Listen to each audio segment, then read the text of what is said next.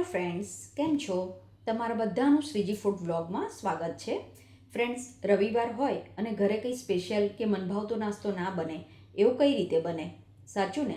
કેમ કે સોમવારથી શનિવાર તો સ્કૂલ અને ઓફિસના ટાઈમ સાચવવાના ચક્કરમાં આપણે ફટાફટ કંઈ પણ નાસ્તો બનાવી દેતા હોઈએ છીએ.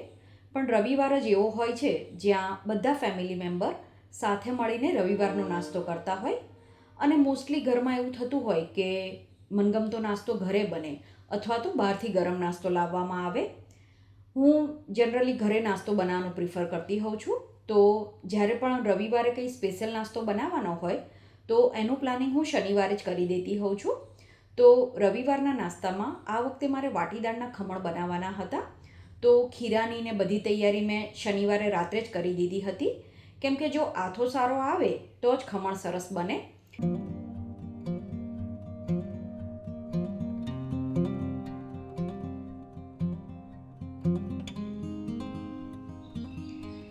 ખમણ મારા ઘરમાં નાયલોન અને વાટીદાળના બંને બનતા જ રહેતા હોય છે, પણ જ્યારે રવિવારના નાસ્તા માટે ખમણ બનાવવાની વાત આવે તો વાટીદાળના ખમણ જ સૌથી પહેલાં સિલેક્ટ થાય, કેમ કે મારા બંને બાળકોને નાયલોન ખમણ કરતાં વાટીદાળના ખમણ વધારે ભાવે છે.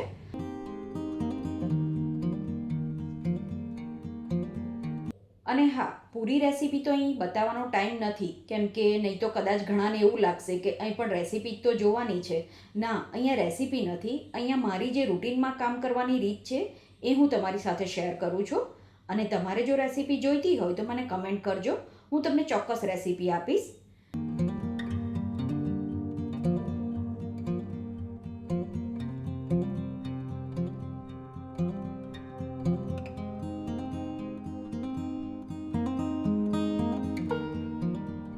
તો અહીં મેં ખમણ બનાવવા માટેની બધી તૈયારી કરી દીધી છે. તો મેં મોટી થાળીમાં ખમણ બનાવ્યા છે, એટલે આ રીતે તગારાના સેટઅપમાં હું ખમણ બનાવતી હોઉં છું.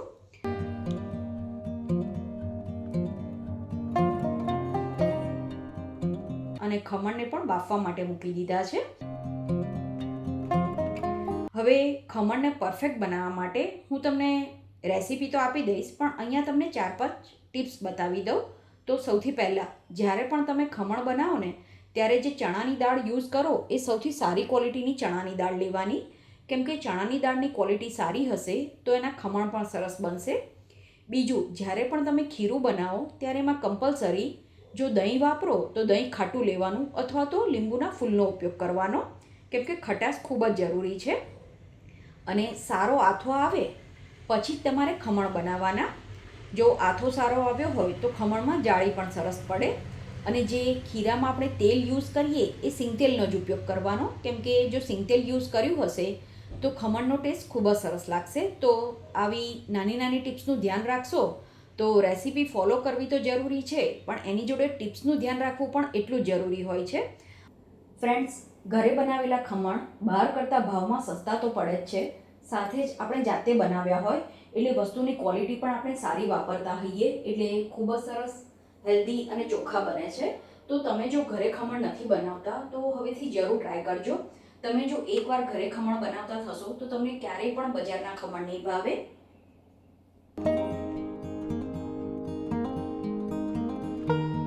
અને હું તમને એક ક્વેશ્ચન પૂછું કે કેટલા લોકોને એવું લાગે છે કે ફક્ત રેસીપીથી જ આપણે વસ્તુ સારી બનાવી શકીએ છીએ, અને કેટલા લોકોને એવું લાગે છે કે રેસીપીની સાથે એની જોડે ટિપ્સ પણ ફોલો કરવી એટલી જ જરૂરી છે? મને કમેન્ટ જરૂરથી કરજો.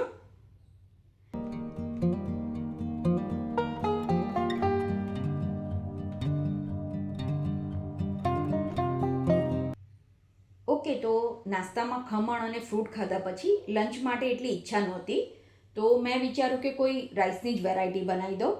અને એમ પણ ગરમી અને બફારો એટલો છે કે પંખો બંધ કરીને કામ કરવાની ઈચ્છા જ ના થાય. તો મેં વિચાર્યું કે કુકરમાં કે ભાતને ઓસાઈને પુલાવ બનાવવા કરતાં હું ઇલેક્ટ્રિક કુકરમાં જ પુલાવ બનાવી દઉં, જેથી પંખો ચાલુ કરીને શાંતિથી રસોઈ કરી શકાય. અને ઇલેક્ટ્રિક કુકરમાં પુલાવ બનવામાં પણ ફક્ત 5 જ મિનિટ લાગે છે, તો રજાના દિવસે આપણે વધારે ટાઈમ ફેમિલીની સાથે સ્પેન્ડ પણ કરી શકીએ છીએ. તો પુલાવ બને ત્યાં સુધીમાં હું એની સાથે ખાવા માટે રાયતું અને અડદના પાપડ શેકીને તૈયાર કરી લઈશ. ઓકે, તો ખમણની મેં તમને જે ટિપ્સ આપી એ પ્રમાણે હું તમને થોડી પુલાવમાં પણ ટિપ્સ આપી દઉં. તો જ્યારે પણ તમે પુલાવ બનાવો, પછી એ ભાતને ઓસાઈને બનાવો, કુકરમાં બનાવો કે પછી આ રીતના ઇલેક્ટ્રિક કુકરમાં બનાવો, હંમેશા જૂના ચોખાનો ઉપયોગ કરજો. તો અહીંયા મેં રેશમ બાસમતી લીધા છે અને આની સાથે જ પાણી કેટલું લેવું એ પણ ખૂબ જ ઇમ્પોર્ટન્ટ હોય છે. તો 1 વાટકો કે મેઝરિંગ કપ લીધો હોય તો 1 કપ ચોખા લીધા હોય તો હંમેશા એનાથી 1.5 ગણું પાણી વાપરવાનું. અને જો નવા ચોખા ઉપયોગમાં લેતા હોઈએ ત્યારે ખૂબ જ ઓછું પાણી વપરાતું હોય છે. તો ત્યારે તો 1 વાટકી કે 1 કપ ચોખા લીધા હોય તો 1 કપ જ કે 1 વાટકી જ પાણી ઉપયોગમાં લેવાનું હોય છે, કેમ કે નવા ચોખામાં પાણી ઓછું જોઈએ. તો આવી નાની નાની ટિપ્સનું ધ્યાન રાખો તો વસ્તુ એકદમ પરફેક્ટ અને હંમેશા એકધારી બનતી રહેતી હોય છે. ફ્રેન્ડ્સ, મેં શ્રીજી ફૂડ વ્લોગનું ફેસબુક પેજ અને ઇન્સ્ટાગ્રામ પેજ પણ બનાવેલું છે, જ્યાં તમને ઘણા બધા નાના શોર્ટ વિડીયો અથવા તો BTS જોવા મળશે. તો તમે જો એ જોવામાં ઇન્ટરેસ્ટેડ હોય તો એ બંને પેજને ફોલો કરી લેજો અને મેં એની લિંક ડિસ્ક્રિપ્શન બોક્સમાં આપી છે. તો તમારે જો જોવું હોય તો મને ફોલો જરૂરથી કરજો. મને અત્યારે થોડો હેલ્થ પ્રોબ્લેમ છે, તો મારે તીખું, તળેલું કે વધારે મસાલાવાળી વસ્તુ નથી ખાવાની. સાથે જ ગેસ કે એસિડિટી કરે એવી પણ કોઈ વસ્તુ નથી ખાવાની. તો મેં મારા માટે અલગ લંચ તૈયાર કર્યું છે. તો મારા લંચના મેનુમાં મારે ઓટ્સ અને ઘઉંના લોટની ભાખરી બનાવવાની છે. સાથે જ હું થોડું પનીર શેકીને તૈયાર કરી લઈશ. તો હું 3માંથી 1 ટાઈમે તો પનીર શેકીને ખાતી જ હોઉં છું. તો આજે હું લંચમાં પનીર ખાઈશ. અને એની સાથે મેં મારા માટે દૂધીનું શાક બનાવ્યું છે. તો આ મારું સિમ્પલ લંચ રેડી છે, જેમાં ભાખરી, શાક, શેકેલું પનીર, મસાલાવાળી છાશ અને દૂધીનું શાક છે.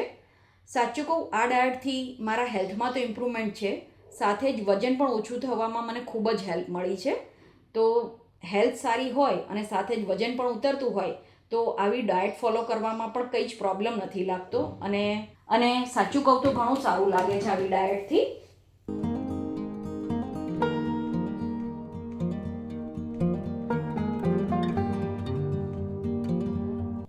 તો ફ્રેન્ડ્સ, તમારે પણ જો ખરેખર વજન ઉતારવું હોય તો એક્સરસાઇઝની સાથે ડાયટ ખૂબ જ જરૂરી હોય છે. અને આ રીતે રૂટીનના ડાયટમાં પણ જો આપણે નાના નાના થોડા ચેન્જીસ કરીએ તો એનાથી પણ ખૂબ જ સારો એવો ફાયદો મળતો હોય છે.